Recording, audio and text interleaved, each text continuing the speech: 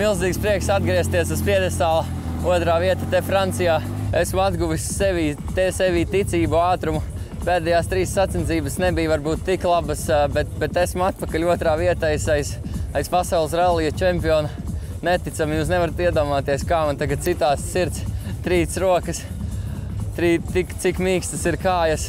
Jā, šodien gāja diezgan interesanti. 3., 4. brauciens varbūt netika veiksmīgs, bet tā bija taktika komandai, lai uz pusfināla fināla saglabātu labākās vietas. Pusfinālā pirmā rinda aiz Solberga nobrauks brauciens. Tas arī bija mērķis vairāk punktus sakrāt uz kopvērtēm. Un jā, otrā rinda uz finālu ļoti labs starts.